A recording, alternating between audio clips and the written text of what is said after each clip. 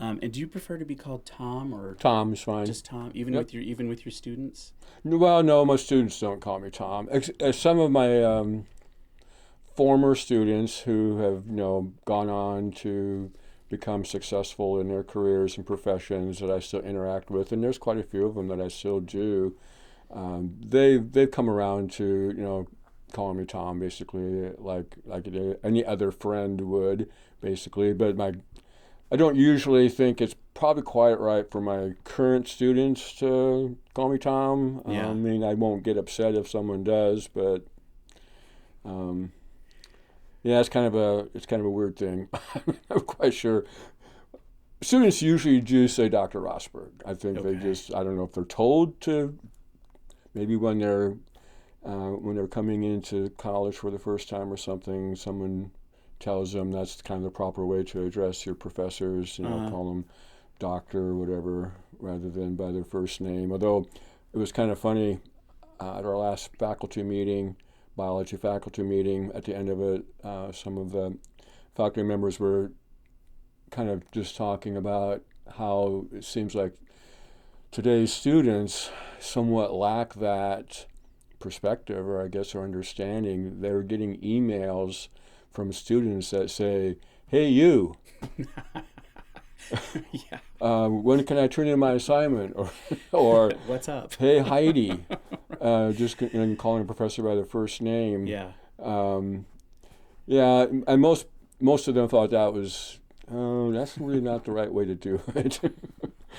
Well, that's a good place to start our conversation then. Let's get a sense of place for the audience. So, obviously, you're a teacher of some sort, but for those who have no idea who you are, what is it that you teach? I'm in the Department of Biology at Drake University, so I teach biology classes for the most part, some environmental science classes, but my subject uh, varies quite a bit. I teach Iowa natural history, a course that, again, is just aimed at students understanding nature in Iowa. That's very broad in the kinds of things we talk about, from plants to fungi to snakes to insects. And then I teach a couple of ecology classes, Introduction to Ecology, a lower level class, and then an upper level class called Ecosystem Ecology. That's obviously more focused on how ecosystems work, management of ecosystems. I teach field botany, which Hmm. is kind of a combination of ecology, taxonomy, and plant evolution. The focus there is to, of course, learn to identify plants and use keys. Course I'm teaching right now, two courses I'm teaching right now this semester. One of them is a course I teach every fall called Biological Research and Statistical Methods. So Hmm. that's a course aimed at helping train students become scientists, basically. And for students who are probably looking at going on in some kind of grad school, doing graduate work, doing more science, getting advanced degrees. So it's all about doing biological research, collecting data, designing studies, analyzing data. And then the other course I'm teaching is really a fun one. It's nature photography. Oh, awesome. Since I've been doing nature photography since about 1980, Okay. something like that. Since I was 9. Yeah, well, Okay. and of course using film. I learned Oh, all of my right, photography right. with film, obviously, but And you've always taught the, that here?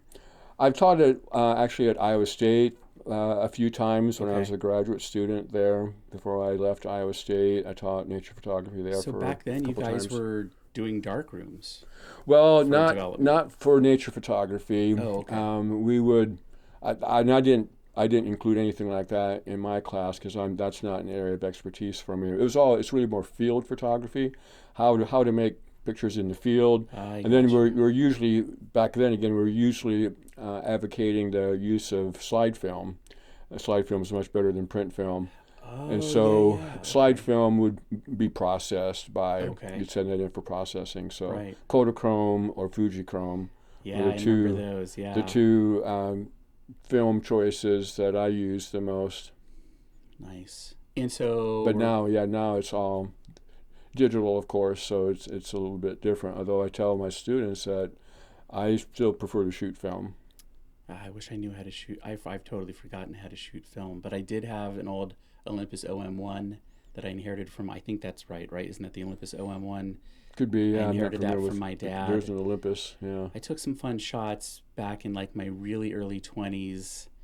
But yeah, then in 2008, I got my first digital camera, a Nikon D200. Oh, I have one of those. Yeah, and I was just like, whoa. It just blew my mind. And then I was, you know how it goes. Then you just start taking pictures of everything. Um, but yeah, so.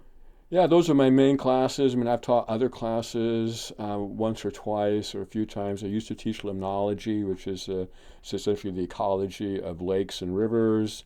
I used to teach intro to botany, an introduction course to botany, but now, for the last, I'm not remember now when Dr. Ross came, at least 15 years ago, I suppose.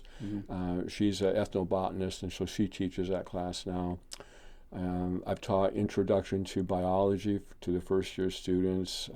Next semester, I'm going to be teaching ecosystem ecology, and I have another course that I've taught maybe about 4 times. It's wildland firefighting and fire behavior.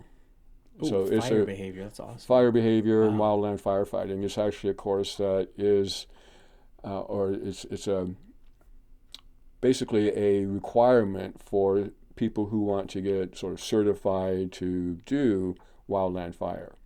Okay. Uh, Well, so you teach a lot of things. However, my introduction to you, people mentioned, yes, he teaches at Drake University, but everyone I have talked to when I started this project, they all said like 2 things. They were like, he teaches at Drake University, but he's really like, they would say, like the grandfather of what's happening with Prairie in the state of Iowa right now. They're like, he's the guy you have to talk to. So, can you discuss your extracurricular activities and why it seems like so many people know you? And I know that might make you uncomfortable that so many people know you, but people have described you as this is the guy you have to talk to. So, what do you do when you're not on campus? when I'm not on campus teaching, I'm sort of still teaching, but in other ways, or doing research. So I did my master's degree looking at the restoration of prairies in southern Iowa on pasture land that didn't look like it probably had prairie on it, at least Hmm. just visibly looking at the pasture, walking around on the pasture. You didn't really get a sense of prairie, but there was prairie there. I called it the invisible prairie. So that was a 4-year project looking at how to bring back, restore prairie populations, plant populations on pasture land in southern Iowa. And there was really kind of an agronomic purpose to it. It was really kind of designed for agriculture Oh, because you mean to uh, help farmers bring back prairie? on farmland, Oh, bring back prairie okay, plants on pasture land that they own okay. to diversify their pasture land. So people at Iowa State in their agronomy department, had long touted the importance of using both native warm season, what we call warm season grasses, the prairie grasses that grow really well in the heat of summer because they have what's called C4 photosynthesis, and the non-native forage grasses that mainly came from Europe because they are cool season grasses. They Hmm. have a different photosynthetic pathway called C3, and they really do well early in the spring when it's cool and more moist. So April, May, those grasses are really fairly productive and growing well and provide forage for cattle. But then they die down. They kind of go into a dormancy Hmm. during the really hot period of summer. And if a farmer had native grasses in their pasture, then the cattle would still have good forage opportunities there because the warm season grasses would be Got it. growing well and providing opportunity for grazing while those cool season species are kind of laying low. And then So, the non-native European grasses will kind of come back in the fall when it gets cool again. So okay. by having a diversity of warm and cool season species on your pasture land, you have better situation again, of course, for grazing cattle. So these You are have forage. specifically what we here in Iowa call ranchers, not corn farmers or soybean farmers, You because could sort of think of them as ranchers. Some of them might think of themselves that way. Typically, they would still have other areas that are corn and soybeans. These farmers would have corn and soybean fields, and part of their land, would be in that, and then some of okay, their land would be in pasture. okay, In southern Iowa, the landscape is, because of its geological history, it's more rolling and rough. hmm, It's an older landscape, and so it's not as easily tilled as I see. other parts of Iowa that are flatter. And because, again, of that, just that difference in geology and topography, pasture is a more common feature of southern So they're Iowa. more likely to be grazing stock down south Southern than they Iowa. are to just have it all in corn or soybeans. Right. Okay, You're okay, likely to, some of your land will likely be in pasture just simply because it's really not very good for tilling. And the best okay, way to make use of it then is to use it for pasture. got it.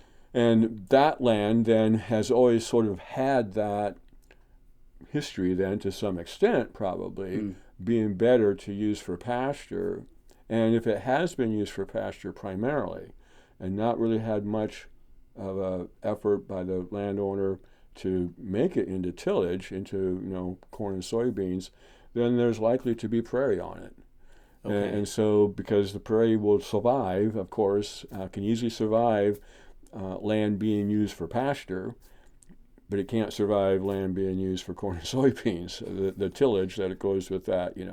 well, So many, and so again, just this study was discovering, first of all, and documenting the fact that a lot of pasture land in southern Iowa does have prairie left on it.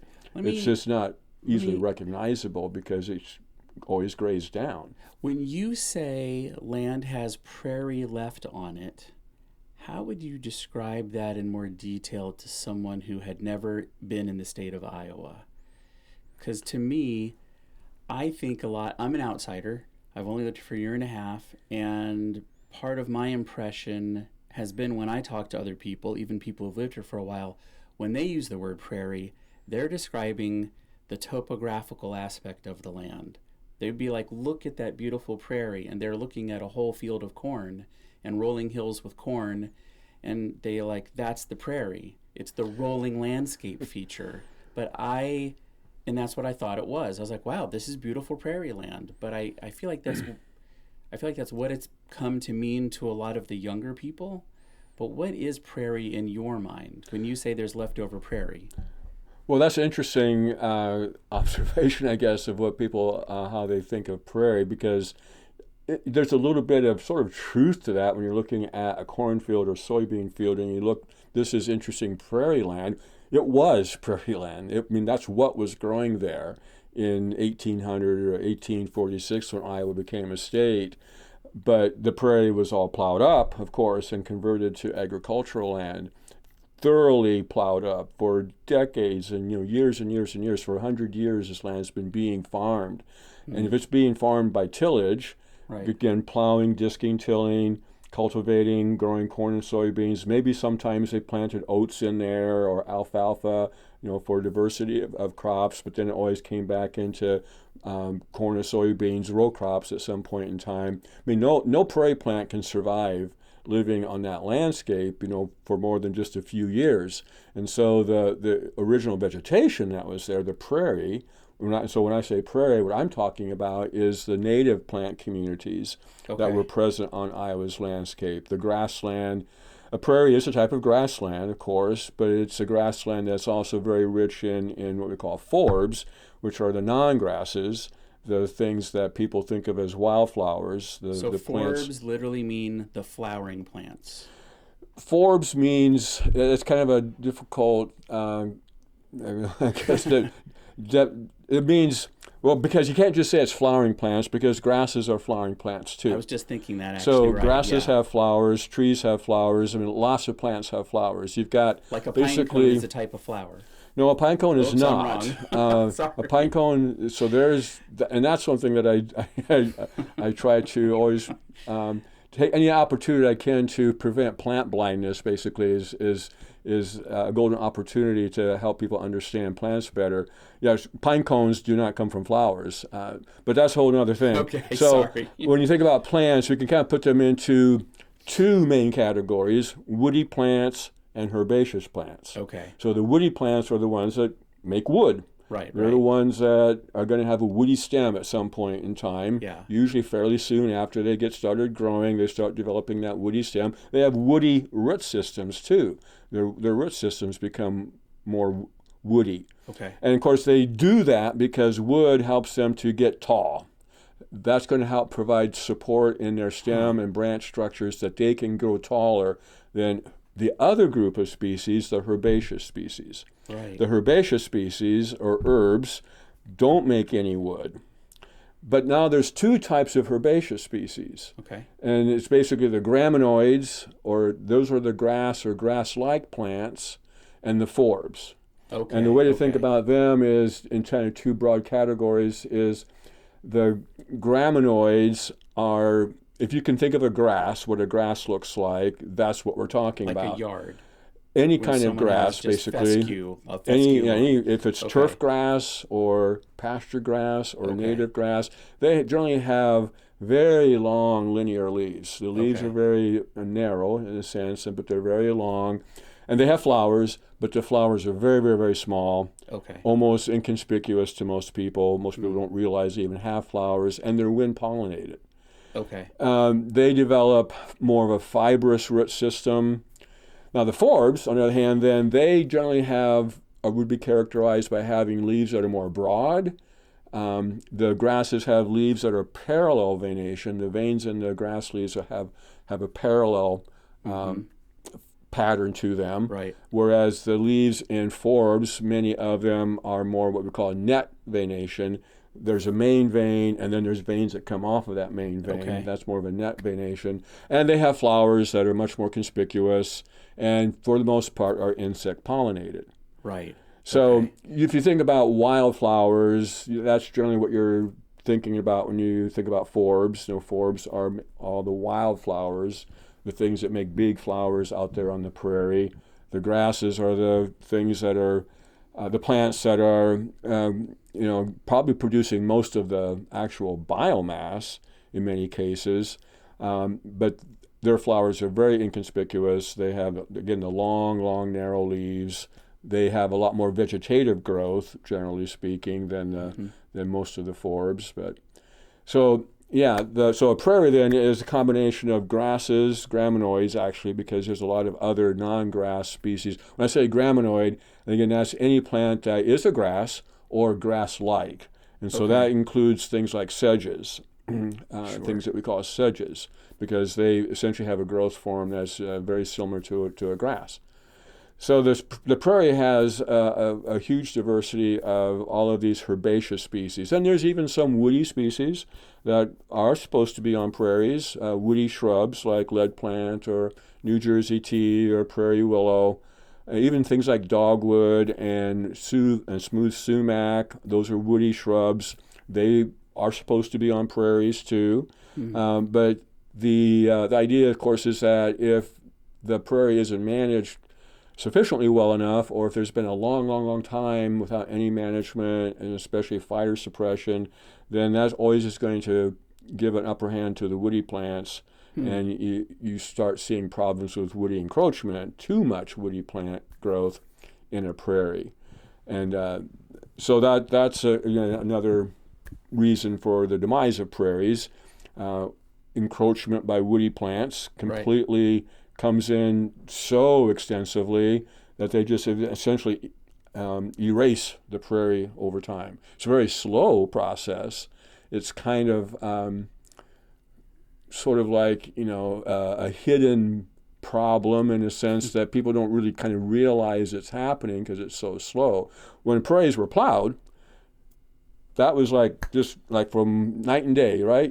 Yeah. There's the prairie one day, the next day, it's all soil, Yeah. plowed up. Yeah. The prairie wouldn't have been completely gone just with one plowing, but again, repeated plowings over a few years would completely kill the prairie.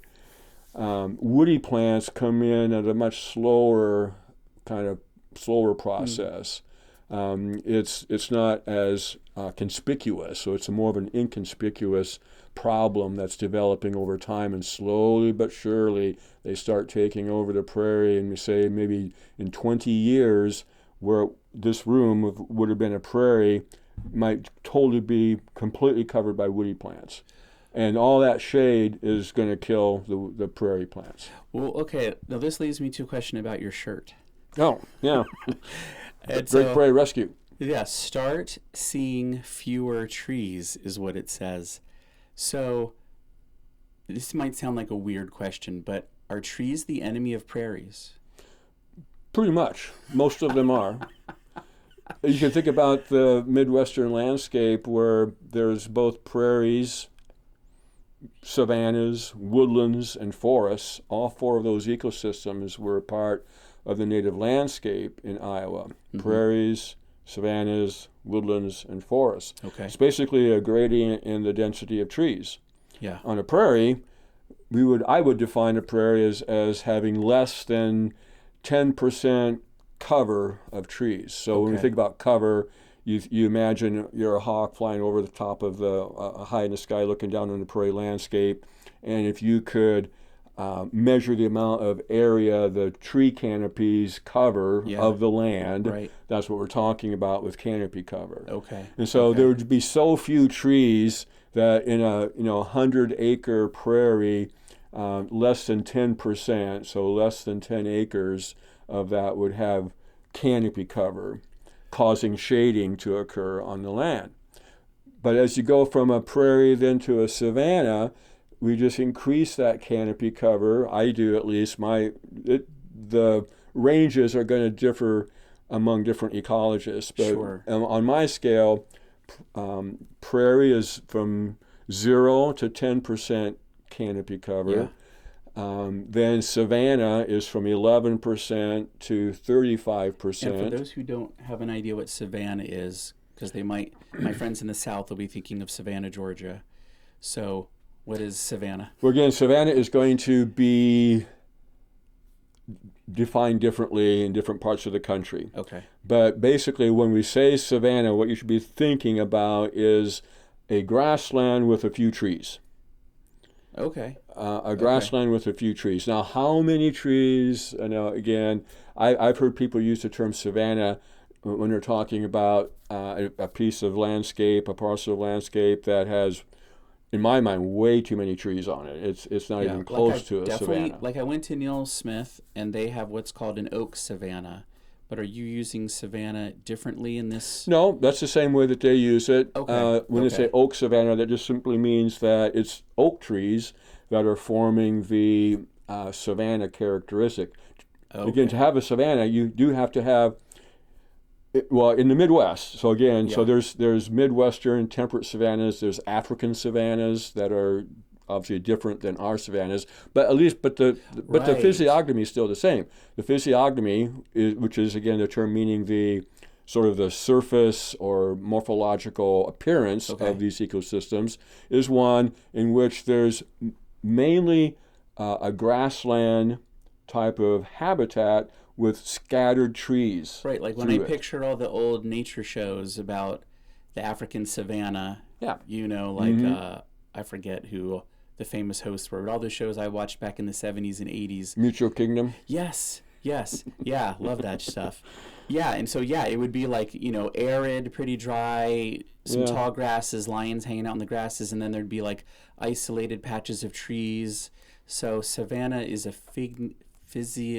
Well, it's to me, it's... Did you say physiognomic? Is that the word? Well, the term physiognomy. Physiognomy is the term I'm using. Physiognomy simply means, again, the overall sort of surface feature or morphological appearance of the vegetation. Okay. And so physiognomy is what separates, a grassland from a woodland, from a forest, from tundra, Okay. desert. Those main ecosystem types we have on Earth, the main biome types, all have kind of a characteristic physiognomy, which is again just the appearance that the vegetation provides Okay. for the ecosystem. But just to finish that, Sure. so prairie, 0 to 10%. You might think of it as, if it's easier to think of, density of trees. I think of it as cover, canopy cover, the amount of area that the canopies are covering Like of the literally land. shading the land. Yeah, shading the land Okay, basically. yeah. 10% of the up to 10% of the land, the Right. prairie plants are Yeah. being shaded by trees. Right, That's a right. good way to think of it. Yep. So that's canopy cover. So Okay. what happens when you go from prairie to savanna is simply that canopy cover, the amount of prairie being shaded by trees, increases to something between, again in my book, from 10 to 35%, or roughly 1/3. 10 to 35% of the land, again, being now Okay. shaded by trees. Okay. A woodland is from 35% to 65%. And then a forest is from 65% to 100%. Yeah, that So totally makes sense. Yeah. in my vision of the landscape and what I teach, woodlands and forests are not the same. Yeah. Woodlands and forests, in terms of just the colloquial use of those two terms, most people equate them to mean the same thing. Yeah. Woodland and forest mean the same thing to most people. They don't to me in an ecological sense. And it's an important one because I think what we had on the native landscape back again in 1800, let's just use that as our Before reference time, pre-European settlement. before much pre-European activity was occurring. Yeah. That's actually right before Lewis and Clark. Where there were trees, it was mainly savannas and woodlands. We probably had some of what qualified as forests, but those were going to really be in very, very protected parts of the landscape, protected from fire. Right. And that would be in river valleys, deep river valleys, on north and east sides of rivers, places again where fire really had a hard time getting to. Because again, when we talk about this gradient of increasing canopy cover from prairie to savanna to woodland to forest, that what goes along with that is a decreasing fire frequency. Okay. So the occurrence of fire is decreasing along that gradient. Sure. There's some other things that would be associated with that gradient too that would be related to the production of fuel, because one reason the fire frequency would decrease could be because of decreasing amounts of fuel available for fire, or just again protection from fire. So that created a very complex landscape in my view of Iowa's original landscape, in which again in many parts of Iowa, especially the eastern half and even the southern third at least of Iowa, there was this very complex landscape of prairie, savanna, woodlands, and forests, all kind of again being a mosaic, basically, depending upon what part of the landscape you're looking at. Any one of those four ecosystems might have been present. Okay, so is it possible, do we have the technology, I feel like we're in the episode of the $6 Million Man, do we have the technology to go back in time and reconstruct an idea of before, let's see, Lewis and Clark was 1804, right? Mm-hmm. And let's say there wasn't a lot of farming happening yet in 1804. No, there was some in the eastern part of Iowa, probably. There already was, even in 1804. Probably by then. Wow. I would say Okay. It was probably just beginning, but not much. So let's say before any farming started here, within the state boundaries of Iowa, even though it didn't have the state boundaries yet in the 1700s, but right. Is it possible for us to reconstruct in our minds an accurate description of a flyover of the state and go, this percentage was in open grasslands, what we see on TV when we think of prairie, like Little House on the Prairie and Laura Ingalls is running through the fields. How much of Iowa was that in, do you think? Is there a way for us to know? There's a way for us to estimate that. There's Estimate, a couple of yeah, different ways of yeah. estimating it, of course. One of those ways of estimating it is to look at the soil maps that we have. Soils have been mapped extensively for all parts of Iowa. Every county has pretty well-developed and accurate soil maps. When did we start And those maps, though? the soil maps? Yeah. Oh, those would have been started in the 1930s probably with the Soil Conservation Service. So if the soil maps So, didn't start until after so many, almost 100 years of right. farming, doesn't that mean that we missed out on a lot of information? No, because what happens when soils form Okay. it takes a long period of time for soil to form, especially when you're talking about deep soils. It takes thousands of years for soil to form. One of the 5 principal factors that affect the soil and its characteristics, one of those factors is vegetation. Vegetation growing on the land during soil formation has a huge important effect on what that soil looks like. And so even though the vegetation has been gone, the original vegetation has been gone for over 100 years, the soil still shows what was growing there for the last 2,000 years. So it's almost like rings of a tree. At least you can look at how much a tree grew, even though you weren't alive 180 years ago. Right, the soil contains a record Okay. to some extent of what the vegetation was during the thousands of years it took for that soil to Okay. form. Okay. So, and that's a record that doesn't disappear. It's just laying there horizontally like sediment layers. It's in the horizons. Yeah, Okay. so getting into the details of what soil scientists use. If you read a soil, just look up any soil description, pick a soil, pick like Tama soil. Tamus. Go on to Google and say, give me the Tama soil description. That will take you to an NRCS website where every soil is described in detail, and lots of things are going to be there for you to see. There'll be a description of the horizons. So soils have layers, essentially. We call horizons the A horizon, the B horizon, the C horizon, and sometimes an E horizon. And that E horizon is characteristic of forests.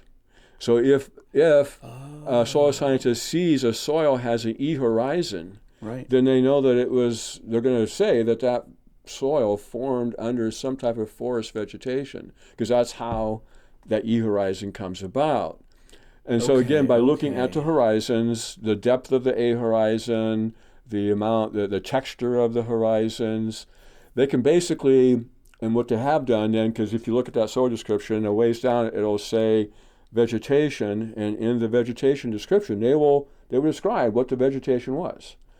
What was the native vegetation for this soil? And so some soils are prairie soils. The native vegetation was prairie. Some soils are savanna soils, or what they sometimes call transition soils, soils that kind of had an influence of both prairie and trees. That's what a savanna was, prairie and trees. And the combination of those things then created a soil that exhibits a little bit of the characteristics of both, and that's how then they say this is a savanna soil. They'll say in their description, the native vegetation was tall grass prairie with scattered trees. That's what a savanna is. And then there'll be another soil, like the Fayette soil. They'll say that this soil formed under forest of oaks, maples, hickories, something like that. And then there's another category that they can be determined, and that's wetlands, if a soil formed under a wetland environment. Right. So basically, by looking at the soils, you can at least get a good, well-educated guess of what the native vegetation was like for the last 1,000 years before settlement, and classify it either as prairie or some type of grassland, savanna, forest, or wetland. So at least those 4 broad ecosystem types can be mapped then. And so you could take a soil map of Iowa and basically there is a soil map of Iowa. It's county by county. Yeah. But if you were to color each of the soils that are mapped a different color for the vegetation that the soil is telling the soil scientist was present, you would have a map of the native vegetation of Iowa at least a very coarse scale. Yeah, yeah. Grassland, savanna, wetlands, forest. Now, so that's one way of getting this picture of what Iowa was like, the amount of prairie and each of the other types of ecosystems. The other commonly used way that's used in presentations by lots of people is to show the results of the government land office surveys. So back from 1832 to 1859, that bridges the time when Iowa became a state in 1846. Right. Okay. Because Iowa was being settled, obviously, during that time, the government sent land surveyors to the Iowa Territory to survey the land and lay out the land into townships and ranges and then sections. That's the basis of our legal description. Yeah. That's how they were able to, a person was able to homestead 160 acres, was that there was a legal description for that quarter of a section. A section, of course, is a mile by mile and contains 640 acres. There's 460-acre pieces of land in that. Mm-hmm. And so while the land surveyors were doing all of that land surveying and establishing, essentially a lot of times in Iowa, it's the gravel roads that are the section lines. Right. You can drive in lots of places in Iowa where it's not really hilly, at least, and you'll still, all of those gravel roads are square miles. Those are the section lines that were laid out back in that time as Iowa was being settled. The land surveyors, that was their primary job, but the government asked them to also, while they were doing that, record notes on the features of the native landscape. Wow. What are you seeing? What's the vegetation like? What else are you seeing? I think they were also, of course, maybe commenting a little bit on Native American presence, and to some extent how much, how many fields were already established, in terms of, either Native American fields or European fields. But it's their description of the native condition of the landscape then that's of interest. Yeah. And that information was just all information that they recorded, in their diaries or in their paperwork that they then turned into the government, of course. All of those land surveyor notes, I think, were microfished or something, and a team at Iowa State under the direction of Paul Anderson, and I don't know if he's still there or not, but this was done quite a while ago. Paul Anderson and some grad students, they took upon the task, I think maybe they actually were contracted by the Iowa DNR to do this, but they took all of those land surveyor notes and went through them, surveyor by surveyor, county by county, and came up with a system of basically sort of trying to decide what it was they were describing. Yeah. And they kind of, again, put it into mainly just 4 broad categories: prairie, savanna, forest, or wetland. Wow. In some cases, the land surveyors, were kind of vague about what they were seeing. They used terminology that is sometimes hard to decide, well, what are they talking about? Yeah. A grove. Well, I'll say the grove. So they were seeing some trees. That's what people think of when they say a grove. Right. But does that mean, was it really just a few trees, or, Yeah. So there's a lot of ambiguity in some of that. And that's what this team tried to at least smooth over. They came up with sort of at least a system of trying to make sense of that.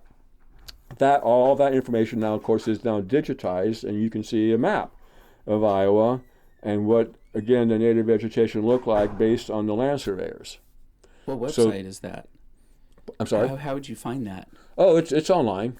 Okay. You can find it online. Yeah, you can find, it's in, you can look at, so there's a location called the Iowa Geographic Map Server. Okay.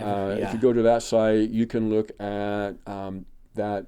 So that map that's one of the layers. It's one of the layers. It's one of the layers that website provides. What is it called, that layer? Do you remember the name of it? They call it historical vegetation. Wow. The historical. So do you vegetation. know off the top of your head, like what percent Well, yeah, I would? use that in a lot Oh, of okay. slide presentations I do about Prairie, of course. And if I remember right, roughly the land surveyors, it's all been digitized, and you could add up the acres. And if you Yeah. look at the amount of acres that Paul Anderson again and Yeah. his people thought they were talking about Prairie Yeah. or they were talking about Savannah. I usually combine those two because those two are going to be pretty similar. Okay. A prairie has just fewer trees than a savanna, but both those habitats are dominated by the herbaceous vegetation. Right. Right. Those two took up about 86% of Iowa Really? based on the land That's way surveyors. more than I thought it would have been. That's amazing. And if you Wow. actually, I could pull up my PowerPoint presentation, but real quick. But if you actually look at the soil, it comes out pretty close to the same thing. Wow. It's amazing how similar the land surveyor's version of it, which is again based on people's vision Right. and what they Right. were seeing. That's what it's based on, and then some kind of interpretation of what they were talking about, of course. And you have to also, of course, remember that the land surveyors were not plant ecologists. Sure. They're not vegetation experts. Yeah. Yeah. They use lots of different terms to describe what they're seeing. None of them ever used the word forest. So Yeah. and of course, I don't know how many total land surveyors that would have been employed to do all of Iowa. I'm guessing at least 30 or more. There's that information would be known. I Yeah. think, Yeah. of course, you could find that out. But a lot of times you can see the subjectivity of Yeah. that basically Yeah. because you'll see a county line and which were the two counties were done by different land surveyors, Yeah. but on one side of the county line that land surveyor had mapped it as maybe forest, and so forest is indicated then in the map on that website going right up to the county line. On the other side, that Oh. one is mapped as savanna or maybe prairie or something. And Yeah. so, that that's not the way vegetation would have changed. It wouldn't have changed dramatically along a county line, of Yeah. course. Yeah. It's just the differences in the land surveyor's interpretation of what the vegetation was. So, yeah, it's not perfect. Yeah. Certainly, it's not perfect, but it is a reasonable way of again looking back in time, basically, Yeah. and seeing what that landscape That's so was cool. probably like. And so those two are the main ways we have of interpreting what that native landscape would have looked like. But the other things I do, I also use just historical information from expeditions. These would have been sort of like pre-1820 probably. Stephen Kearny and the Dragoons, they marched across Iowa, a couple Yeah. different places. There's diaries from those soldiers you can track down. Then in 1875, this is another kind of useful source. There was the Andreas Atlas that was Oh, published, I haven't heard of and that. and so and that's digitized on that website too. Wow. And the Andreas Atlas, of course, that was about probably 10 years of mapping effort that was being done by in every county, as far as I know, an effort to go out and make a map about 1865 to 1875 for each county. And you can, showing where the roads were, where the schools were, churches, ferries, bridges. So a lot of the cultural artifacts and colonization and, settlement aspects were being mapped.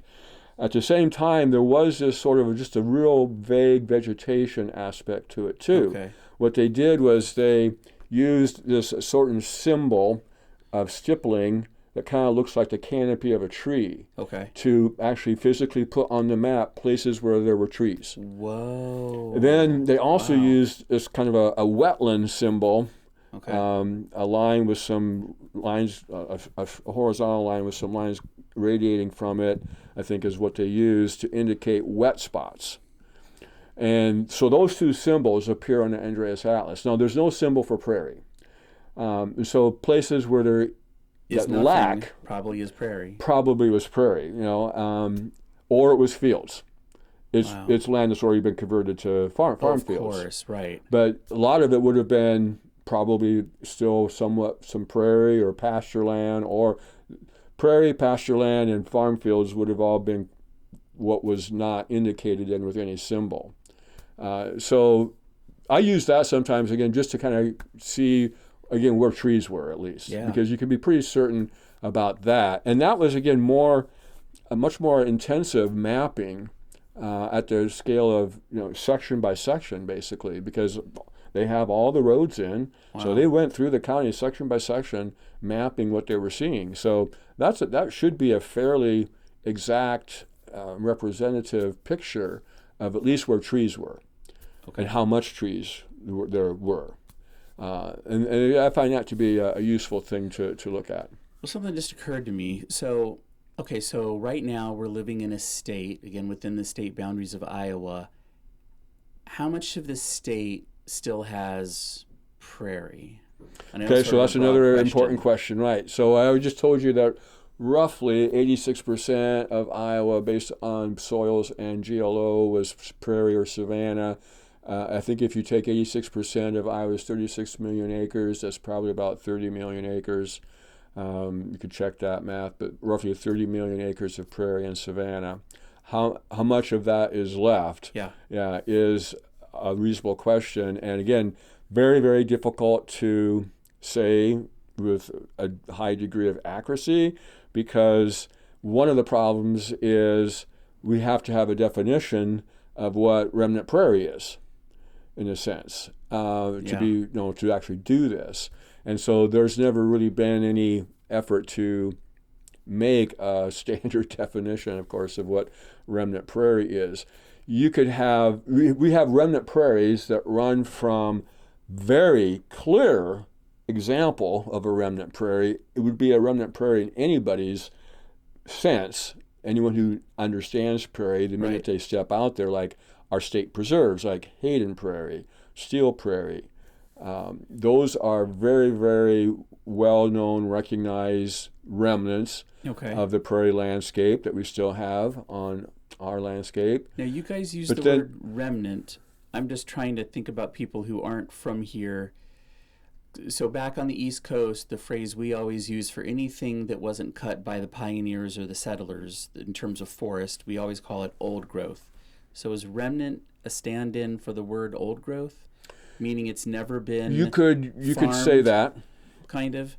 Some people use the term old growth to refer to a remnant prairie in a sense. So it's like original prairie. Original. Okay, right. But we'll stick with remnant. I just wanted to help people. I like the term remnant, basically. I use the term old growth more when you're talking about forests. Okay. Because there you can actually measure and see and demonstrate the age of trees. And so when you have trees that are 700 to 1,000 years old, that is old growth then, right? As old growth forest that you're looking at. You can't age prairie plants. So, that... So you're talking basically just means the chunk of... So when you're standing on Hayden Prairie, what makes it a remnant prairie? How do you know you're standing on remnant prairie? Well, there's a variety of ways. So for a prairie ecologist could sort of recognize the species that are there, the diversity of plant species that are there, and realize that there's a lot of species here that the only way their presence there can reasonably be explained is that they are the descendants of many, many generations of that same species that came before them on that land, and that's why they're there. These would be things that, again, are just not likely to be planted. Because anytime you walk out into something that's called a prairie, so there's always this maybe question that should come into your mind: is this a remnant or is it a planting? Because we have lots of plantings now. Yeah. I mean, again, back in 1900, you walk out on any prairie, it's a remnant. Even in 1950, any remnant, anything you walked on that was prairie is a remnant probably. But since the 1960s and more the 1980s, lots of prairie has been planted, which is good. But that kind of confuses the picture now in terms of what's remnant and what's Yeah. not. But other things that I look at, I mean, I'm asked to help, decide whether a prairie is a remnant or not all the Oh, time. you I are. use, oh yeah, yeah, Can you give a real world example from recent that yeah, and it would be fun to go, probably for you to go talk to him. One of the most recent ones that came up was a few years ago. I can't think of his name right that's now. This is okay? embarrassing. I'll have to, I'll have to look it up. He lives up by Prairie. Um, Was he a oh farmer shoot, or just shoot. He's a farmer, okay? and he discovered, I guess, or realized that he saw we were seeing some plants that he thought were probably native prairie plants at least, Uh-huh. and that's what he was, I guess, his expectation or what he assumed to be prairie plants. He had actually one of my students who graduated from Drake, Sarah Nizzi, who has a part-time appointment with the NRCS and a part-time appointment with the Xerces Society. She works. Some of her responsibilities is to interact with landowners and sort of at least help them with the idea of native plants and pollinators.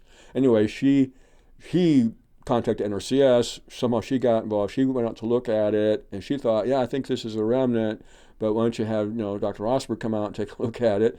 So she told me about it, and then he contacted me. So I went out there in September of, I think it was 23 or 22, something like that. And I walked around, and it was interesting because he had someone plant prairie in that same area the previous spring. So that was going to be a little bit of Yeah, it'd be tricky, huh? more tricky now Yeah. because some of the plants that I was seeing were coming from the seed that was just planted. So I wasn't 100% sure in September. I told him I think because for example, I saw something called false Cromwell. False Cromwell is also called marble seed, but it's a plant that wasn't in the seed mix. So I Okay. had the list of seeds that was planted, so I could see what was Ah. planted, and and false Cromwell.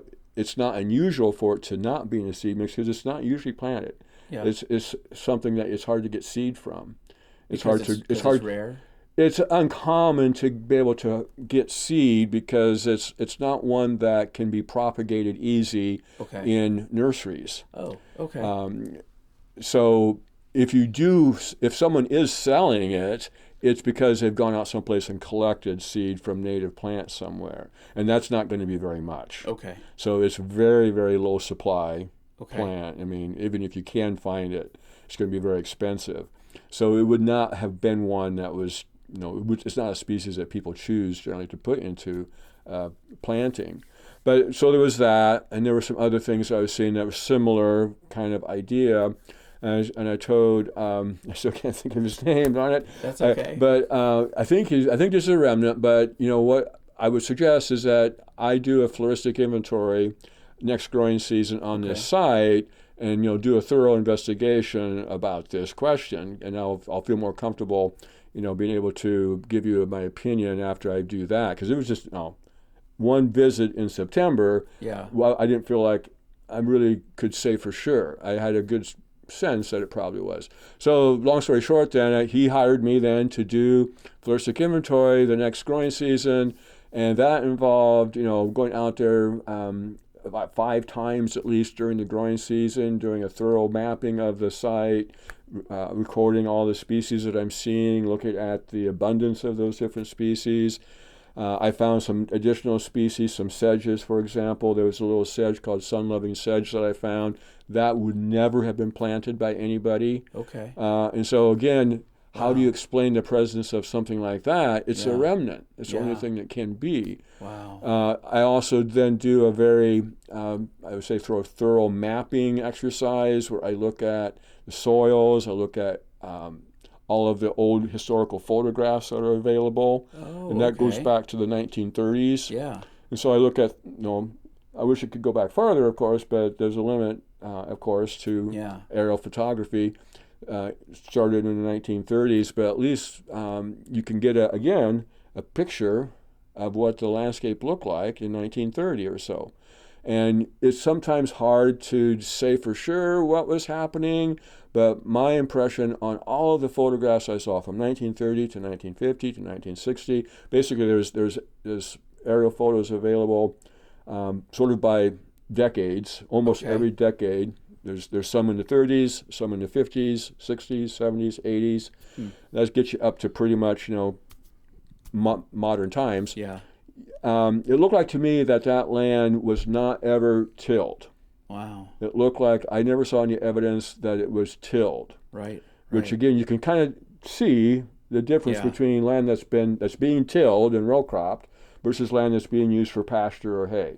Right. So that land looked like every single one of those decades it was always being used for pasture or hay. Okay. So that is another line of evidence, and that strongly suggests that if it was ever tilled, then there's a good chance that there would be remnant prairie there. Yeah. Because it didn't get killed by tillage. The landowner previous to the current one and all the other ones, that might have been, maybe 5 landowners have been living there over time, but none of them ever.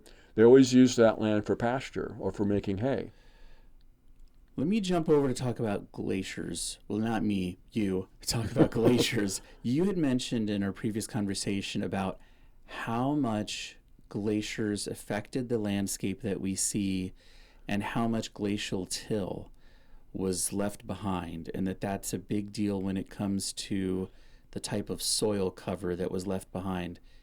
Can you talk about that? Yeah, the Iowa's geological history, which again, the most recent period of that, since the last 2.5 million years or something, the Pleistocene is dominated by glacial. Glaciers coming and going. There's some evidence that probably over 20 episodes of glacial activity coming into Iowa and then leaving again. So basically 20 glacial periods 20. separated by interglacial periods. So glacial episodes come and then the Earth climate warms and glaciers recede, and then we're in an interglacial, and then how long were this happens again? It's about every 100,000 years, really. If you look at the data, at least for the last million years, roughly million years to 800,000 years, it's not exactly, but it's roughly about every 100,000 years. So entire unique ecosystems that worked through sunlight existed in these interglacial periods. But so in these interglacial periods, when Iowa wasn't being covered by either ice so some of those glacial periods, ice covered the entire state of Iowa. Okay. Other glacial periods, just parts of Iowa. Okay.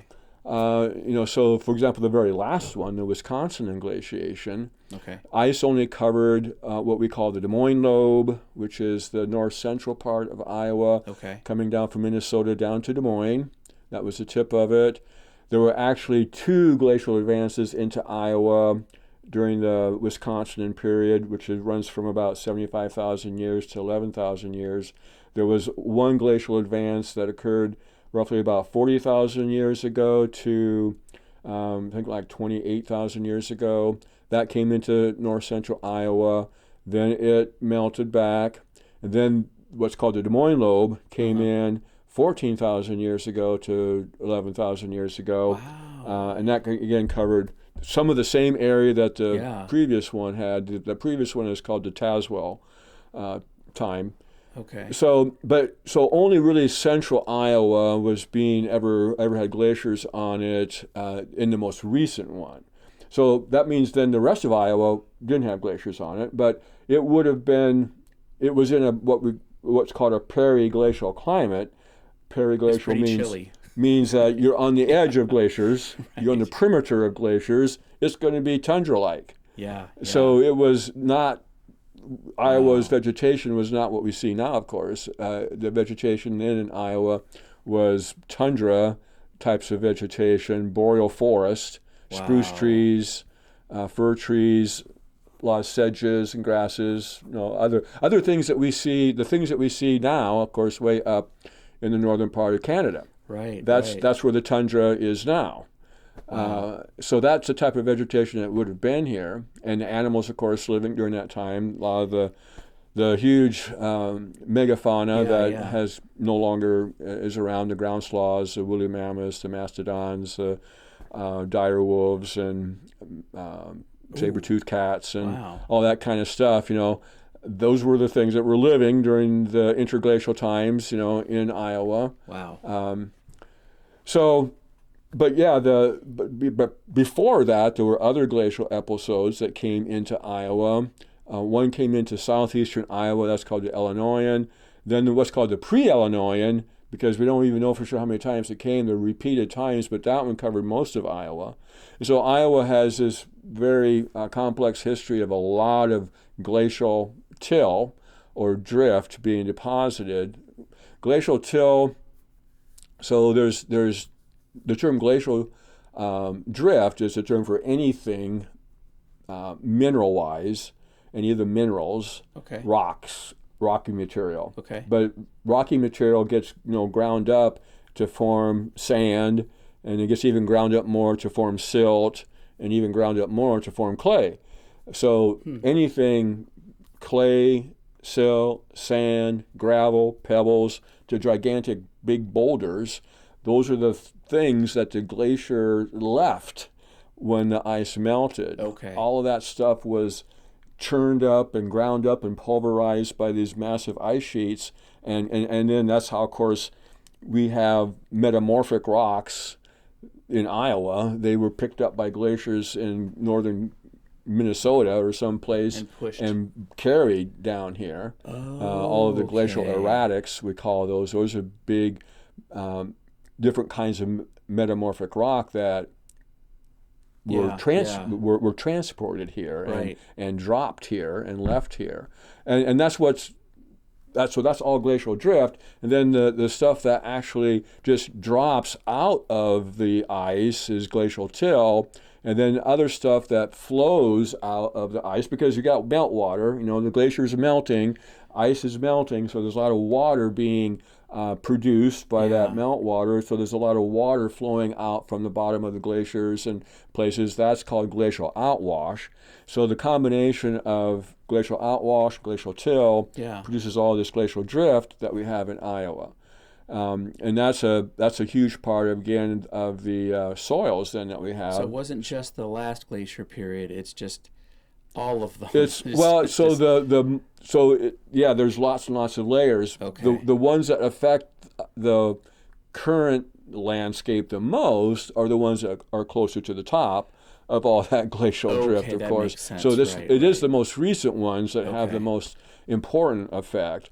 But yeah, there's. And you have to talk to geologists at University of Iowa to get more details there. Yeah. But they could tell you, there's hundreds of feet, I'm guessing, of glacial drift or till in many parts of Iowa. That's covering up then the bedrock that's way down there that was formed during the Paleozoic seas that were present in Iowa. And I know that's going back to like Pennsylvanian time, 300 million years ago, or Cretaceous time in the northwest part of Iowa. But yeah, so in one of my presentations again about Prairie, I emphasized the importance of geological history in creating the landforms that Iowa has. And a book that would be helpful for you to look at, I don't have a copy of it here, is Iowa Landforms by Gene Pryor. Okay. That maps the different landforms that are recognized in Iowa, and those landforms all have a different geological history or geological story behind them. And then that geological story then helps us understand the topography of the landscape, whether it's flat and rolling, whether it's gigantic hills like the Loess Hills, or it's bedrock outcropping on cliffs and again steep topography like up in northeast Iowa. Right. All of those different landforms have a reason for the topography that they exhibit, and then the soils that form in those landforms, again forming from the parent material that came mostly from glacial activity, most recently, either till that gets dropped out of the glaciers. So glacial till is an important parent material for soils. But then glaciers again produce lots of outwash that gets carried down rivers, and so silts and clays and sands coming from the glaciers get deposited along rivers, and then the wind picks that up and it blows the sand or the silt into deposits on the landscape along the river valleys. That's the reason for lush deposits. That's the reason for sand prairies that we see along some of the major rivers in the eastern part of the state. All of that reworking of the landscape basically, since the late Pleistocene, for the most part, can explain again much of the landforms and the current topography that we see in the state. And that all then plays into the diversity of prairie that we have. The diversity of landforms creates diversity of soils, creates diversity of topography, and that creates diversity of vegetation. Right. And so prairie, although we can say, well, there's 30 million acres of prairie and savanna in Iowa, it was not all the same thing. Yeah. It was called prairie because that's the big overarching term for grassland ecosystems that are dominated by grasses and forbs. Right. But for someone like me, again, and again, someone who has studied prairie in Iowa a lot, we would see many different kinds of prairie. Yeah. That when you move around the state and move from landform to landform, move from different soils to different soils, then the prairie changes. It's still called prairie, but there's new species, there's different grasses, different forbs, there's different structure to the prairie, and so it's a different type of prairie. Right. Then it's just not all one prairie. There were probably a dozen different kinds of prairie at least in Iowa. So using that definition of prairie that you just offered, if we look now, if we do a flyover of Iowa now, how much of that do we have left? Yeah, so that was where they started, right? So that was the point I was trying to make, is that it's hard to get a good measure of how much remnant prairie there is. Sure. So again, we got off on what remnant prairie is. So remnant prairie is just any place that has native existing populations of prairie plants that are still there, because they're the descendants of plants that came before them. They weren't planted by anybody. Yep. They are there because of nature. Think of that as a remnant. So the question is, how much of those do you have to have? So because you can find bits of pieces probably of prairie plants that fit that definition, but is that still a prairie? Is that good enough to still be a prairie? So my point here is, at some point, we know we have really good prairies, like that picture of the Loess Hills Prairie right there. Yep.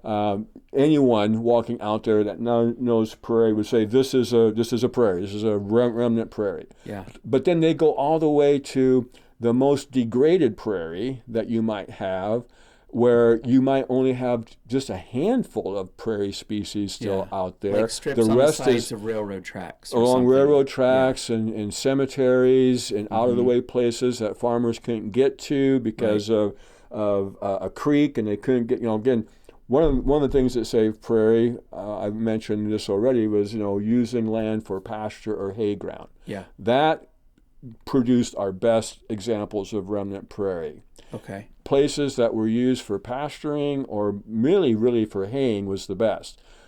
A landowner that used a prairie for hay meant that they had a very important use for that land to produce hay to feed their animals over the winter. And so that's all they used it for. Right. They just hayed it once a year in August. And that was one of the best things that could have happened to protect prairie. Interesting. So that's why we have some of these state preserves. But sometimes, a farmer would buy 160 acres, and it's a political boundary. Basically, it's set up by the way we create this grid system of sections and quarter sections. 160 acres, and so your fence outlines 160 acres, but a creek flows through the northeast corner of that section, or I should say quarter section.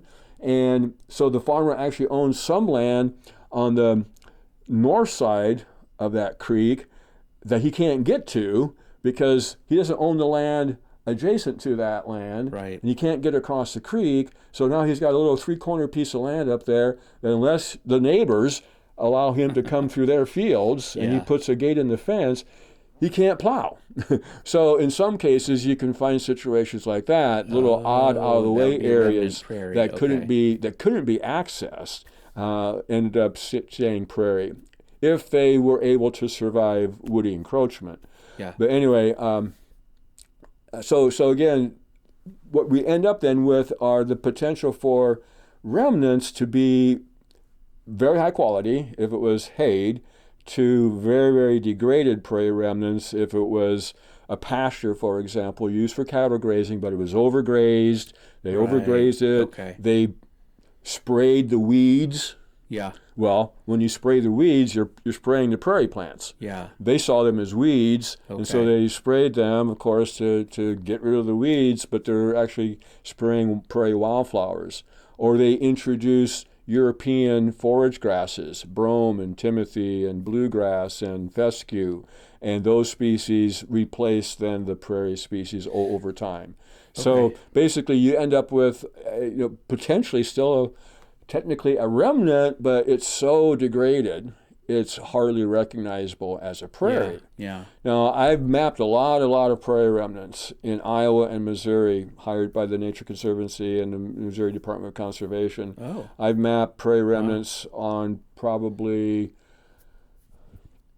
about 60,000 acres of land. That's a huge chunk of area, right? And so I'm walking pastures, basically. Pastures or CRP land where you might find prairie remnants. Right. I had to come up with a definition of a remnant so I could actually put lines on a map and say, here's a remnant, if I would find one. Right. And I asked the TNC or Department of Conservation in Missouri, what's your definition of a remnant prairie? What you want me to use for a definition of a remnant prairie? And they would not give me a definition, so I had to come up with my own. And so I've been using, just because that's what I did. The Rosburg method. This is the Rosburg method. This is what I came up. I had to have some way of defining a remnant prairie. If I found just five prairie indicator species, so these are species that are good at indicating the presence of a remnant prairie. Okay. If I could find 5 of them, one at least had to be a grass, and of course one had to be at least a forb, vice versa. You couldn't have 5 forbs or 5 grasses. They had to be, because a prairie is a mixture of grasses and forbs. And so if you're going to say there's a remnant, by definition, it has to have diversity. It has to have at least grass and forb diversity. Okay. Now, my definition then of finding an area with at least 5 indicator prairie species present and coexisting in the same place and time was my definition. I would map that then as that area where those 5 species are co-occurring, or more, of course, as a remnant.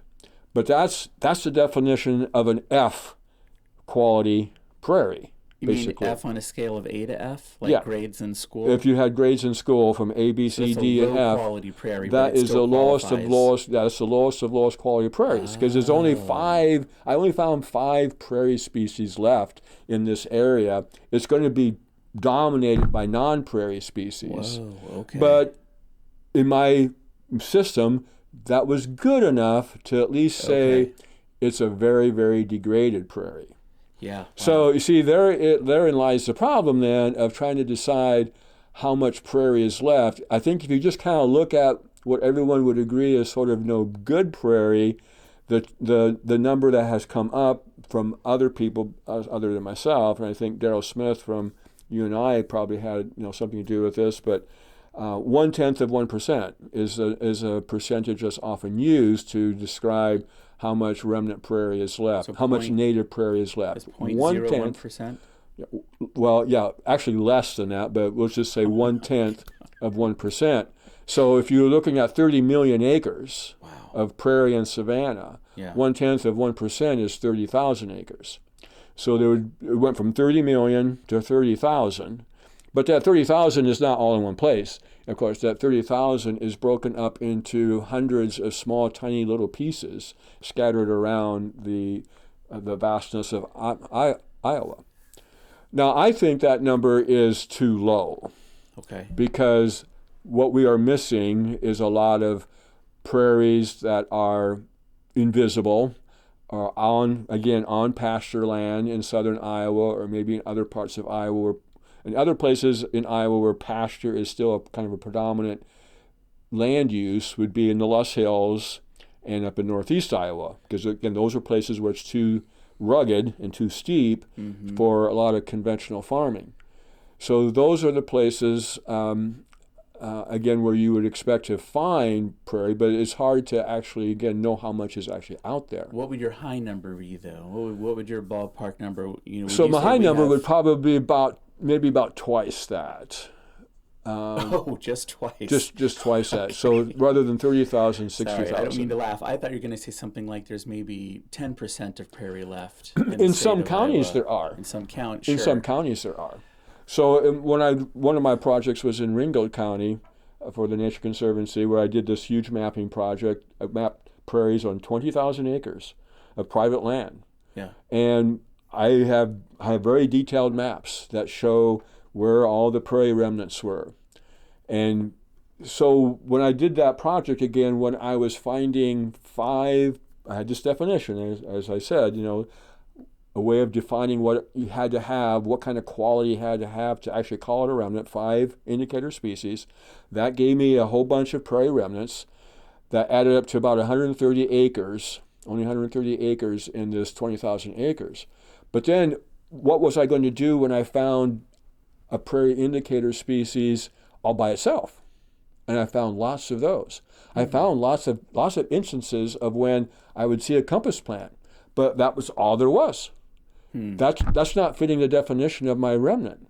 It's only one species. Yeah. I need 5, again, species that, again, and you have to envision this as a community. A prairie is a plant community, which means you have plants and animals that coexist, live together. I'm so glad you made in that a place, point. in the same place at the same time. It's like a human community. Yeah. You think of a human community, people interacting and living together in a small town community.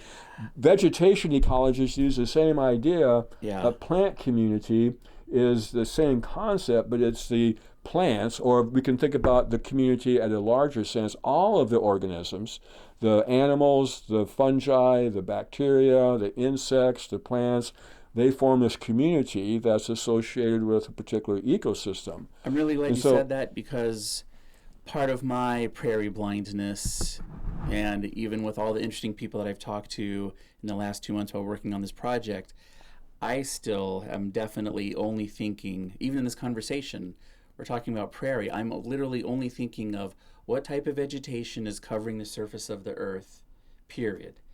But what about all the animals? I forget about the animals. Yeah, the animals are a very important part of the whole picture. Exactly. Right. I'm a botanist, so I just work with the plants for the most part. But I'm a naturalist though too, so I understand and know a lot of the birds and herps and insects that are out there as well. So what I did in this Ringgold County project was, when I saw prairie indicators, but it wasn't enough of diversity. There weren't 5 of them that were cohesively growing together in what I could say was a community. Right. I would just map them separately as a population and call those prairie elements. Okay. So there were a lot of prairie elements mapped in this study area. That just indicates the presence of prairie plants out there on this landscape, but they weren't sufficiently enough diversity, or might call it cohesiveness, to make a remnant. But I wanted to indicate though that I'm seeing prairie plants all over the place out here. So in that report, I had, again, my prairie remnants made up 130 acres of this project area. But then I said, but if we take a more, I might call it a more liberal view of what a prairie remnant could be defined by, just the presence of any prairie populations Mm-hmm. at all, prairie plant populations, I recalculated then how much prairie would be present in this study area in Ringgold County, including all of those prairie elements. And I mean, I'd mapped, there were thousands of points where I had mapped again a prairie species being present. And when I used that more generous or liberal definition of prairie, the amount of prairie in that study area was 10%. The Wow. 10% of that landscape was prairie. Yeah. And so again, depending on how you are going to define things, in some parts of southern Iowa, as much as 10% of the pasture land could be prairie. So that's going to up the amount of prairie, quite a bit. And again, it's not going to make a huge jump, but way more than 1/10 of 1%. Yeah. So again, I said doubling it from 3,000 to 60,000 acres. It may even be a little bit more than that. It's almost an impossible. Yeah. It's almost impossible to tell. Now, one thing that I did do to try to get to the point where you could actually maybe do this remotely was when I had basically field truth when I was out there, because I'm out there walking all this landscape.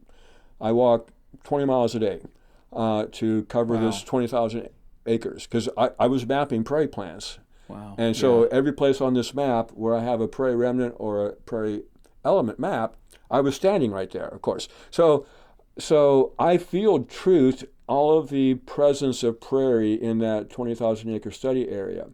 Then what I did was I looked at some infrared photography, and I saw that there was sort of a correspondence between the spectral characteristics of an infrared photograph and where I was seeing prairie.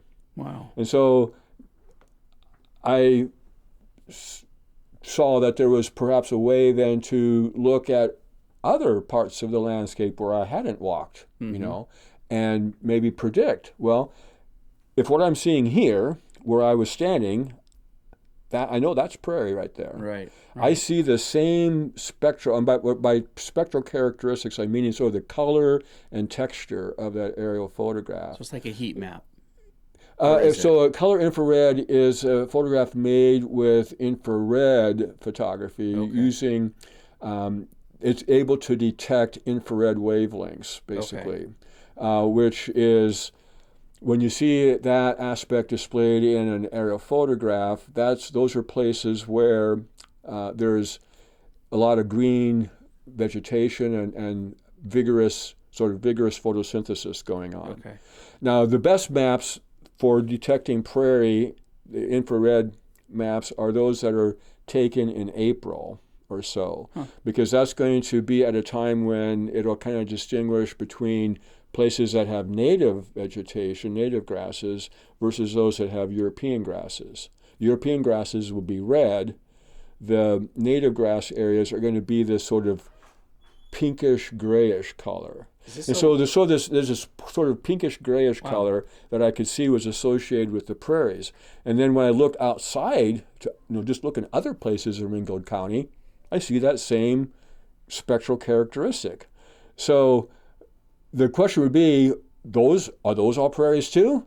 If they were, we could map them just without even seeing them in person. Yeah. We could remotely map those areas and add those into the total picture of how much prairie is left, and get a much better measurement then of how much prairie is left on those pasture grasslands.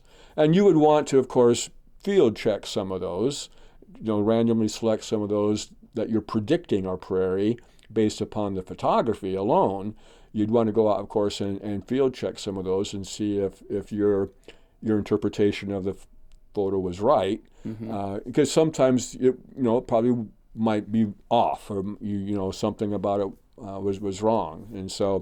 And basically that's actually what's being done when you look at land cover maps.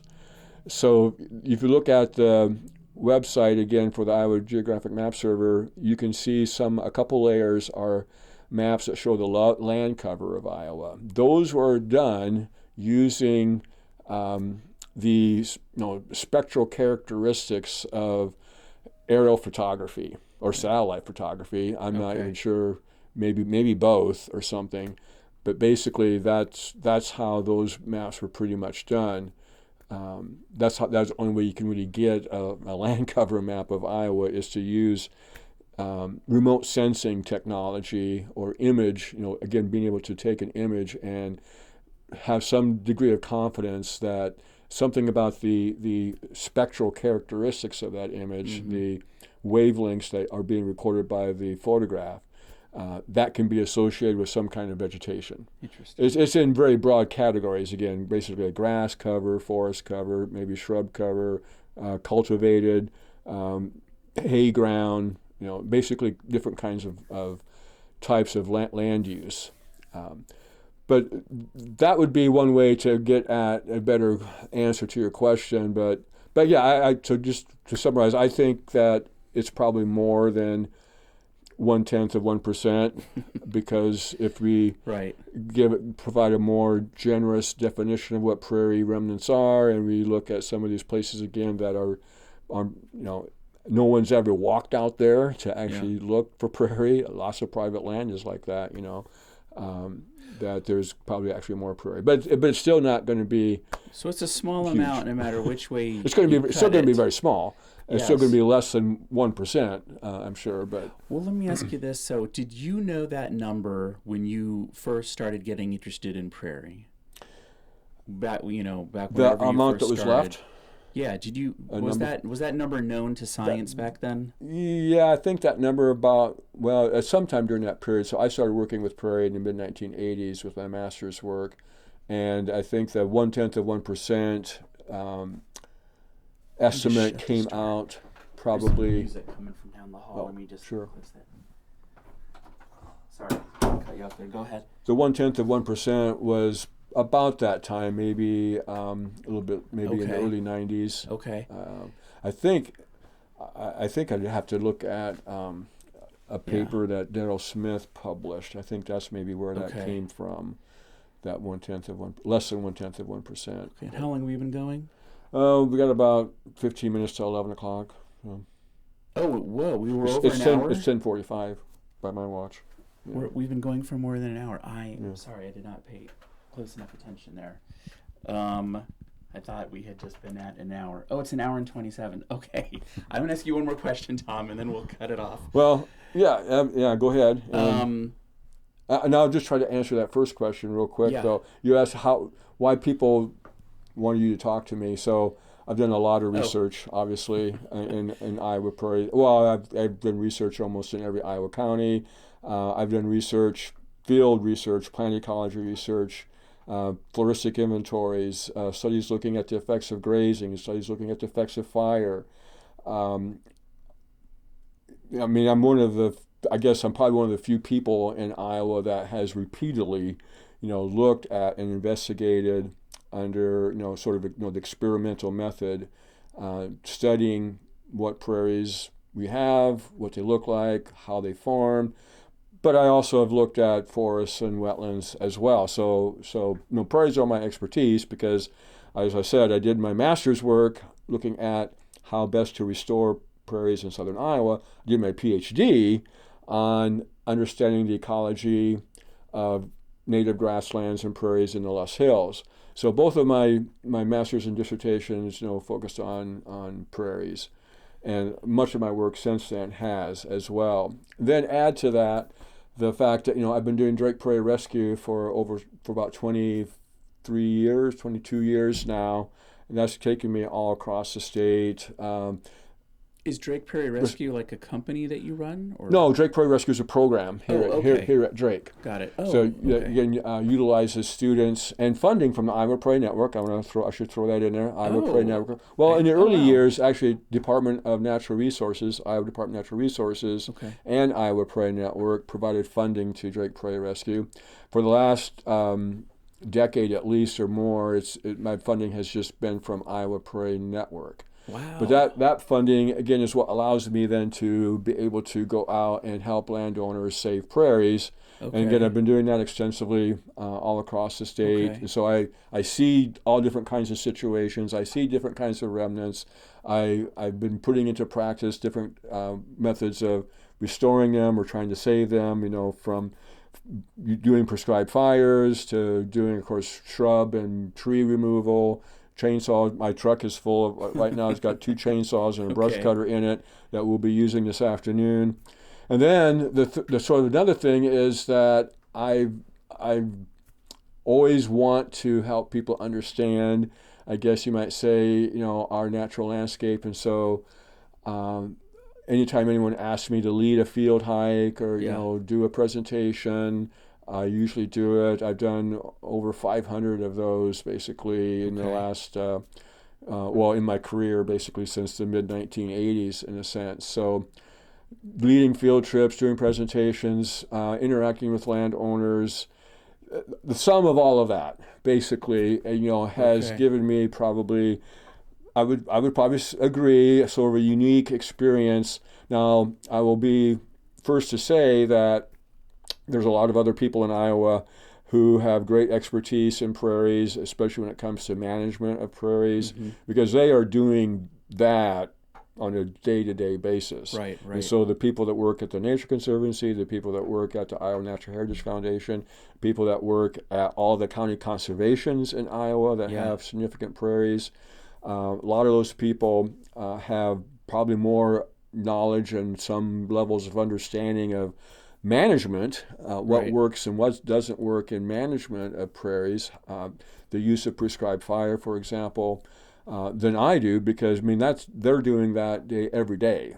I don't do management activities every day. Yeah. What I do that's different, of course, is the research, Right. which is often is done to try to inform that management. So I get asked to do a lot of floristic inventories and assessments of the vegetation to provide insight to the land managers. So, for example, I'll be working on a report to Iowa Natural Heritage Foundation this fall that I did for Colton Butyl Prairie, one of the prairies that they own up in Franklin County. So I went in there over the last 2 years and did a very thorough and intensive survey of the plants and mapping the vegetation and looking for threatened and endangered species. And I've come up now with sort of my understanding of the ecology of that site, which I Hmm. will put into the report, and of course all of the plant species that I found, and some of the ideas that I have, at least ways that they could So that'll help them make the help management them do decisions. management. Okay. A lot of what I like to say, a good manager, the first practice of a good manager, to me, a good sign that I'm talking to a good manager, if I understand it and I hear them say something to the fact that they are science-based managers. They make decisions about management based on science. Okay. And of course, in order to do that, you have to have some Yep. science. Got it. You got Right. to have some Yeah. science at your fingertips, basically, to Right. do that. So, I think I told you about the project I did for Bur Oak Land Trust at Coryell Preserve that the Bur Oak Land Trust has in Muscatine County, just to the southwest of Iowa City. That report is a great example again of that whole idea of providing them with probably more information than that they can absorb, Yeah. basically. But again, it's they can use it as they need it, basically, Right. digest it, page by page or whatever. So that's probably why people suggest you should talk to me. Well, okay. How much time do we have left before, or are we already past No, time? I can go another 15 minutes probably. Okay. So my last question for you, Tom, is knowing when you started how little prairie was left, why did you still, what still motivated you and what continues to motivate you? Because I think a lot of people might look at what you do and say, it's a lost cause. Hmm. So what's your motivation? Well, my motivation, I think, kind of started when I was farming, actually, for about 4 years in the early 1980s, during the farm aid crisis, when farm aid crisis first surfaced. My wife and I were farming on the farm where I grew up in Monona County in western Iowa, just 160-acre farm. It's where my father, my grandfather, and great grandfather all farmed. And so I moved there with my family and decided to try farming in a sense for a period of time in the early 80s, more or less as an experiment. As I had gotten a degree from Iowa State in fish and wildlife biology and had worked as a wildlife biologist for several years. But then I came back to Iowa and I got involved in agriculture because of my interest in sustainable agriculture, as it was called back then, regenerative agriculture, as I guess it's called now. But I wanted to just see for myself if sustainable agriculture was something that was doable and if it would work and if I should be telling people that's the way they should farm. I wanted to explore that before I started thinking that that was the answer to everything. That we could do better in terms of protection of land and environment and resources if we farmed in a more sustainable way. I mean, it makes logical sense that if you're going to if farming and agriculture are going to support society for years and years and years, it should be sustainable, right? So, but what is sustainable? We spent 4 years doing that, and that's a whole other story. You can read a little bit about it in Tending Iowa's Land. But while I was farming, and this is the point, I was beginning to understand soil more, because that's what farmers do. I mean, they understand soil more. And I went into farming with the idea that a farm should be thought of as an ecosystem. See, I had gotten my degree in fish and wildlife biology, and I was working as a wildlife biologist for several years. So, I mean, I understood ecosystems. Sure. That's what I learned about in college. And I just thought, well, it should be the same idea, really, in an agricultural setting, except that your ecosystem has different goals than a natural one, but that's what it still is, an ecosystem. And so the foundation of any ecosystem is the soil. So then I started seeing that there were prairie remnant populations in the road ditch near my farm where we were farming. And I thought, wow, that's interesting. There's prairie still growing here in this roadside. And I'm pretty sure this was in the early 80s. No one had planted it. Yeah. It was there by its own. Yeah. And I had grown up, Monona County is part of the county, one of the counties where the Loess Hills are. Oh, okay. So the Loess Hills are in the western part of Monona County. Okay. Where I was living and farming was in the eastern part. But I was only like 10 miles from the Loess Hills. So, and that was always a place that I knew was, kind of a different landscape. It was not the typical corn, soybean landscape. There were these rugged hills with vegetation that I didn't recognize, growing on it, prairie. and so I'd take my kids over there and go hiking and exploring, just for some recreational fun, and go to some of the parks. And that prompted me to think more about, well, what is this out here? Prairie vegetation. How come it's still here? And so it was just that experience during those years I was farming, becoming more understanding of soil and the importance of prairie, huge importance of the prairie in terms of the soil that Iowa has. We have the richest soil in the world in by most regards because of the prairie vegetation that was here for several thousands of years before agriculture took hold. And so that really made me want to learn more about prairie, in a sense, just that experience there. And so, long story short, when I had done enough farming and convinced myself that sustainable agriculture was certainly, we did it.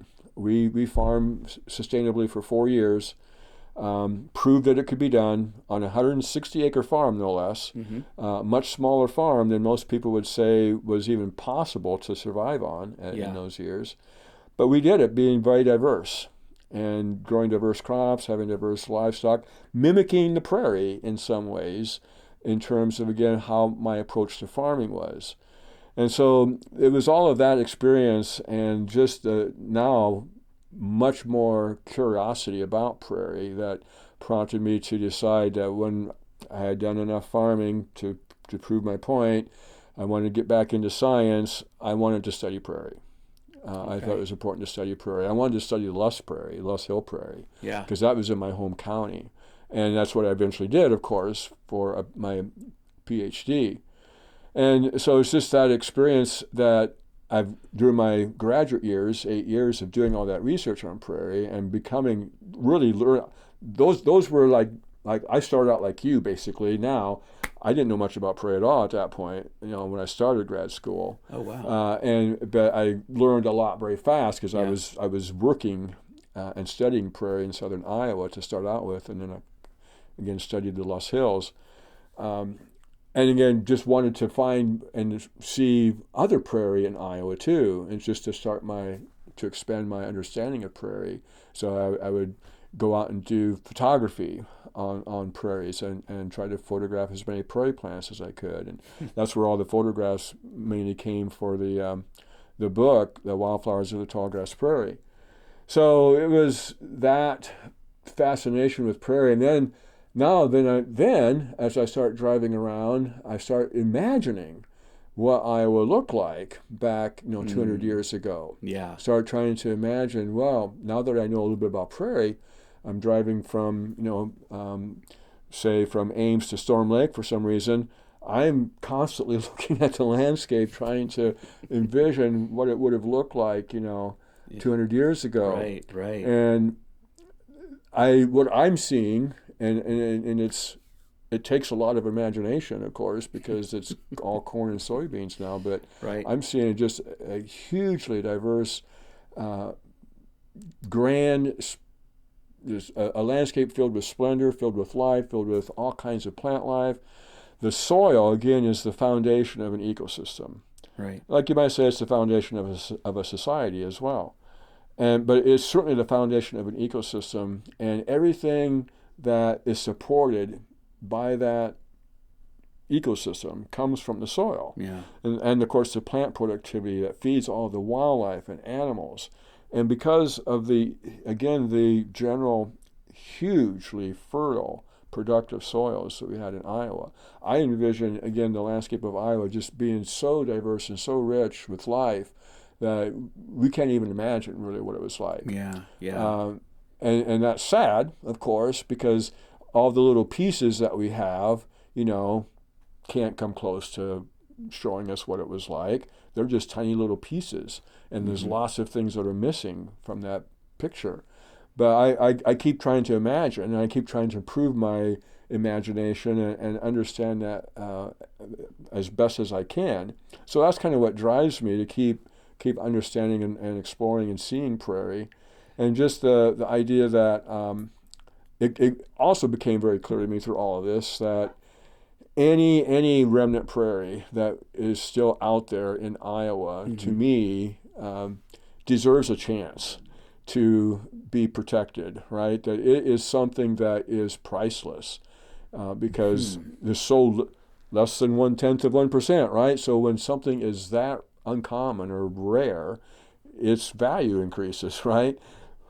I mean, There's no remnant prairies being made anymore. Well, you could argue maybe there are in some ways. There are some places where nature is starting to reestablish prairie all by nature's self, yeah. and so maybe there is some remnant prairie still being made in some places, but it's pretty limited, of course. And I mean, it seems to me anything like that it seems. has that remnant quality is Yeah. to me is just so precious. It seems That to me like hope must be a part of your thinking. oh yeah, definitely hope is. Because I want to find all of those remnants. And I hear those remnants calling me saying, come help us. We need some help. We're suffocating under this shade. Or it's usually shade that is how we're saving prairies now. We don't have to save prairies from plows, generally speaking, anymore, because if it gets plowed up, it's because, something wasn't done in time to stop that. Right. Right. But the prairies that are being saved now pretty much are the prairies that are still dying a slow, gradual death because of woody encroachment. Wow. Too much woody Yeah. vegetation. Or now and so again, that woody encroachment has always mostly been native species that have the right to be on the landscape too, but Sure. not in the amounts. Right. Fire would have prevented them from being so abundant. But now it's probably more non-native species. Yeah, And yeah. so we got whole huge war that we're fighting against non-native species. And so it's not just the native species now that are encroaching into prairie. It's all the others, buckthorn and honeysuckle and all those non-native woody plants, multiflora rose. Eastern red cedar is still a problem, certainly, and that's a native species. It's a problem because it can grow on any site, really. It's nothing's too dry for it. I mean, They're the ones that like cling to the rocks, they right? can cling to places that are just rocks, Yeah, and so yeah, they don't have any problem competing with prairie plants in yeah. really dry environments. Wow. In some ways, some of the prairie in Iowa, like in the Loess Hills, was never in much danger of woody invasion because it's so dry that most woody plants Okay. just can't grow there. Wow. But that's not true for eastern red cedar. Okay. Eastern red cedar can grow anywhere. Anywhere prairie can grow, eastern red cedar can grow. So it's never safe from that tree. Okay. And that's one of the trees I've cut tens of thousands of those trees. And It's still not like back enough. to your shirt. Start seeing fewer Start seeing fewer trees. trees. All right. Well, thank you so much for your time today. Yeah, I'm sorry that I ran happy to so do far that. over. I really thought we were just in at Oh, an hour. we're only So, 4 minutes after 11, so all right. And you're no off to go problem. do some fun stuff with students. A little bit later, yeah, Great. about 12:30, I'll be picking them up and heading over to Cowell's Woodland. All right. Yeah. To do some restoration work. Yeah, yeah. If you Okay. want, I mean, if you're still around, you can stop by and see what we're doing if you want. But we won't be over there until 1 o'clock, really. Yeah. So, Yeah. but All right. yeah, Okay. Thanks so much. you're welcome.